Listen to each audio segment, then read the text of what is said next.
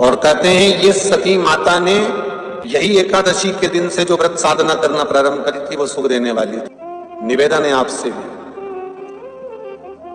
कोई कार्य अटक रहा है, तकलीफ आ रही है, दुख है, लक्ष्मी नहीं आ रही, परेशान हो, 108 बेलपत्र की, जो बेलपत्र होते हैं उसकी, इसको छेद तो करते नहीं है सुई से, बेलपत्र की डंडी को बांधते जाओ 108 बेलपत्र की माला बना लो और माला बनाकर भगवान शंकर के गले में, शंकर के शिवलिंग को जो चढ़ा देता है उसकी मनोकामना भगवान शंकर पूरी कर देते हैं। अतः एकादशी 108 बेलपत्र की माला बनाकर शंकर भगवान को समर्पित करी जाती है। माता लक्ष्मी ने भगवान विष्णु को पाने के लिए तुलसी की माला बनाकर समर्पित करी थी, जैसे सती ने शिव को पाने के लिए, कामना को पूर्ण करने के लिए। शास्त्र कहता है घर के बुजुर्गों को, घर के बड़ों को, जेठ जेठानी हो, सास ससुर हो, घर में जो तुम्हारी उम्र से बड़ा हो, उसको आज पीला फूल या पीली चने की दाल या पीला वस्त्र, कुछ भी पीली सामग्री आज घर के बड़ों को देना चाहिए। क्यों देना चाहिए? तो शिव महापुराण की कथा कहती है कि जो शुक्ल पक्षी की एकादशी के दिन पीली वस्तु का दान दे देता है, घर के किसी ब्राह्मण को देने नहीं जाना, किसी मंदिर में देने नहीं जाना, आपके ही घर में, आपके ही घर के बड़ों को कोई भी पीली चीज का दान कर सकते। फूल हो, मिठाई हो, कोई अनाज हो, कोई वस्त्र हो, पीली वस्तु का दान दे दो। क्यों होगा? क्या होगा उससे?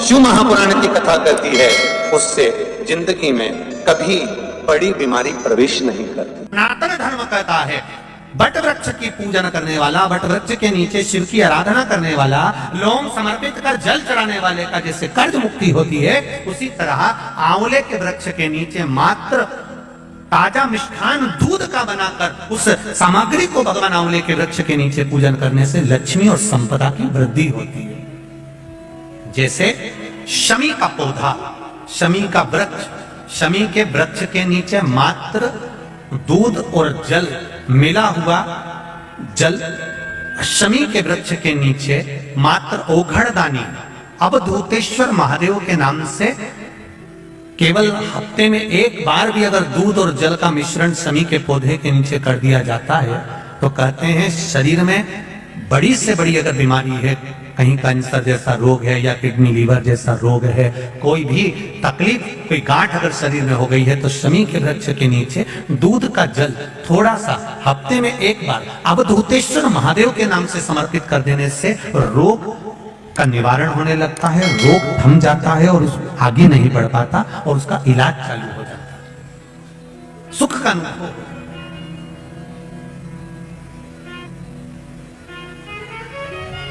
बस एक बात का स्मरण रहे, आप आंवले के वृक्ष के नीचे अगर कोई भोग लगाया गया है पा सकते हैं, पीपल के वृक्ष के नीचे कोई भोग लगाया है पा सकते हैं, बट वृक्ष के नीचे कोई भोग लगाया गया है पा सकते हैं। जिस वृक्ष के नीचे भोग लगाओगे पालोगे, पर शमी वृक्ष के नीचे का जो भोग लगाया गया है वो नहीं पाया जाता। शमी वृक्ष का जो प्रसाद है वो आपको वहीं छोड़ना पड़ता है। शमी वृक्ष का प्रसाद वहीं छोड़। सात की शिवरात्रि आ रही है, छोड़ना मती, बेलपत्री का पत्ता जल में डालकर भले पत्ते को निकाल देना और वो जल, जो रोग है, जो बीमारी है, संपदा नहीं आ रही हो, दुकान नहीं चल रही हो, व्यापार नहीं चल रहा हो, बच्चे चिड़चिड़े हो गए हो, क्रोध पड़ रहा हो, तो भी बाबा पर घर के प्रत्येक व्यक्ति एक लोटा जल जरूर चढ़ा के आना, शिव को नमन कर कर आना। ये मौका नहीं मिलता, चढ़ाओ।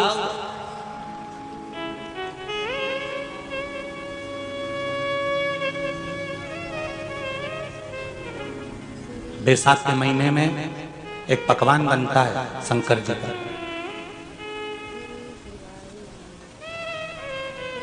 शिव जी के हाथ में त्रिशूल है, शिव जी के 3 नेत्र हैं, बेलपत्री में भी 3, बोलते जाओ, पत्ती है। बैसाख के महीने में जो शंकर भगवान को प्रसाद का भोग लगता है उसमें भी 3 ही चीज मिलती है। सत्तू, कोई दूसरे महीने में बनता है? जम के तो बोलो नहीं। कब बनता है? यही बैसाख के महीने में। चने की दाल, गेहूं और जौ, इन तीनों को गलाकर सेक कर जो सत्तू तैयार होता है, इसी बैसाख के महीने में परशुराम जयंती के दिन या अमावस्या के दिन या पूर्णिमा के दिन शंकर भगवान को समर्पित होता है और भगवान विष्णु को समर्पित होता है। दुनिया के लोग कहते क्या होता है सत्तू से?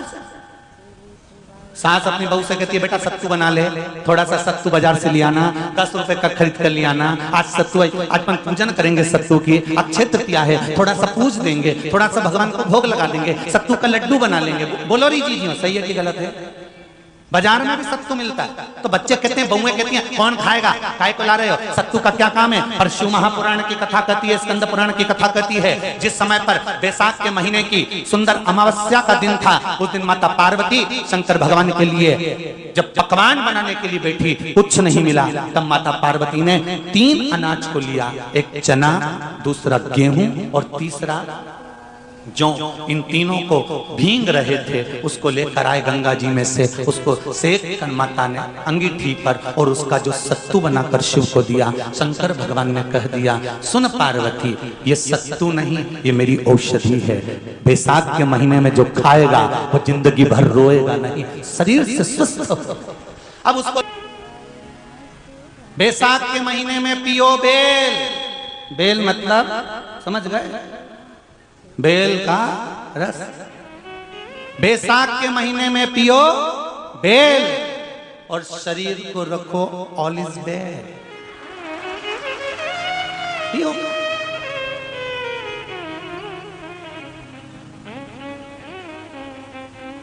शरीर बेकार नहीं होगा, शरीर बेकार नहीं हो सकता। अब शिव आराधना तो करो। हाँ, जिंदगी की मोड़ पर शंकर परीक्षा बहुत लेते हैं। चलो आ जाओ गरुड़ पुराण में, मरने का 47वां दिन। जब मरेंगे तब गरुड़ पुराण बचेगी, पहले ही सुन लो। और जिसके पास में गरुड़ पुराण नहीं हो तो पंडित जी से मंगवाकर फिर पढ़ के देख लेना। मरने के 47वें दिन, 47 डेज, 47वें दिन किस चीज का दान तुम्हारे सामने आता है? मरने के 47वें दिन। 10 दिन तक तो जीवात्मा घर की अटारी करती, मरने के बाद 12वें के दिन चली जाती है। उसके बाद में जब 47वां दिन आता है तो 47वें दिन जीवात्मा को क्या दान करा जाता है? व्यक्ति ने क्या पुण्य करा होता है कि उसको नरक नहीं भोगना पड़ता, बेतरणी नहीं भोगना पड़ती, वो सीधे बेतरणी से पार उतर जाता है। वो किस चीज का दान है? तो कहा शिव महापुराण में, गरुड़ पुराण में, कि वो सत्तू का दान है जो बैसाख महीने में करा जाता है। सत्तू का दान 3 चीजों से मिलकर बनता है। जौ, बोलते जाओ जल्दी, गेहूं, चना, ये 3 चीज से मिलकर बनता है। इसमें जो बारीक बारीक कण होते हैं, जितने जितने 3 चीज के मिले हुए बारीक बारीक कण होते हैं, ये जब दान किया जाता है सत्तू का, अब ये बेतरणी करने के लिए 46वें दिन इस जीवात्मा ने अगर सत्तू का दान करा होता है या सत्तू का सेवन बैसाख के महीने में करा होता है तो उसको बेतरणी नहीं भोगना पड़ती, डायरेक्ट सीधे रतलाम उज्जैन से डायरेक्ट। किस किस क्या बनता है सत्तू? मैंने भी तो ये पूछा किस किस क्या बनता है। मैं अभी थोड़ी ना कि अभी बन गया, बैसाख में बनता तो होगा।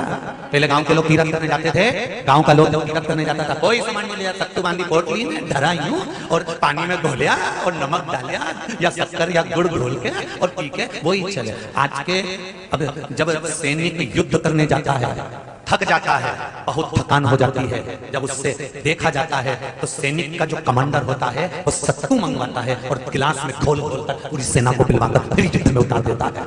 फिर युद्ध में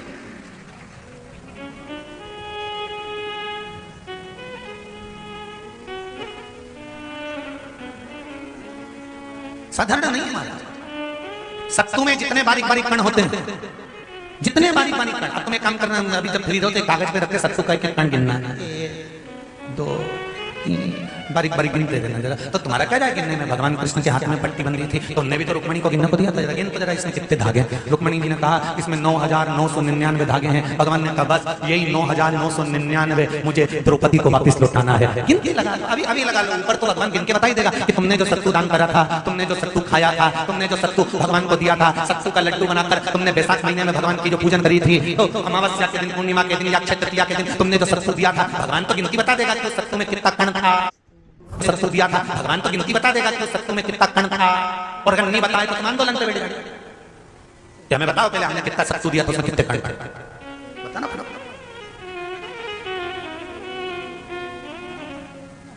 एक शिव की आराधना में चांगुना ने एक लोटा जल भरा, उसमें थोड़ा सा चंदन डालकर बेलपत्री के वृक्ष के नीचे ले जाकर डाल देती, थोड़ा सा जल बचाकर शिव जी को डाल देती। शंकर भगवान ने एक दिन चांगुना के सामने मन में विचार प्रकट करा और पार्वती जी से कहा, पार्वती एक बात समझ में नहीं आती, आधा जल ये बेलपत्री को देती है, आधा जल मुझे देती है। जब आधा जल मुझे देती है तो मुझे बड़ा गुस्सा आता है, क्योंकि बद्धा जल कहाँ डोल के आती है। पार्वती जी ने कहा उसके संतान नहीं है, इसलिए वो बेलपत्री की भी आराधना करती है और आपकी भी आराधना करती है। ठीक है, भगवान देवादिदेव महादेव ने देखा चांगुना ने बहुत सेवा कर ली। आज भगवान सुंदर एक संत का रूप धरकर चांगुना के दरवाजे पर पहुंच गए, अलग जगह। चांगुना दौड़ कर आई, बाबा जी आइए, क्या लाऊं मैं आपके लिए? भिक्षाम देहि, भिक्षाम देहि। बाबा ने सब दूर से भिक्षा ली और चांगुना जैसी परात भरकर रानी चांगुना देवी खूब सारा सामान लेकर आई तो बाबा ने मना कर दिया, मैं आपके हाथ की भिक्षा नहीं ले सकता, मुझे नहीं लेना। क्यों? कहा आपकी संतान नहीं है, आपकी औलाद नहीं है, संतान नहीं है, और अगर आपकी संतान नहीं है तो आपके हाथ की भिक्षा लूंगा तो मैं भिक्षा लेकर जाऊंगा कहां? मुझे आपके हाथ की भिक्षा नहीं चाहिए। इतने में चांगुना ने उस संत के चरण पकड़े और संत के चरण पकड़कर चांगुना कहने लगी, देखिए बाबा जी, जन्म मरण और परण ये तो तीन देवादिदेव महादेव के हाथ में है। संतान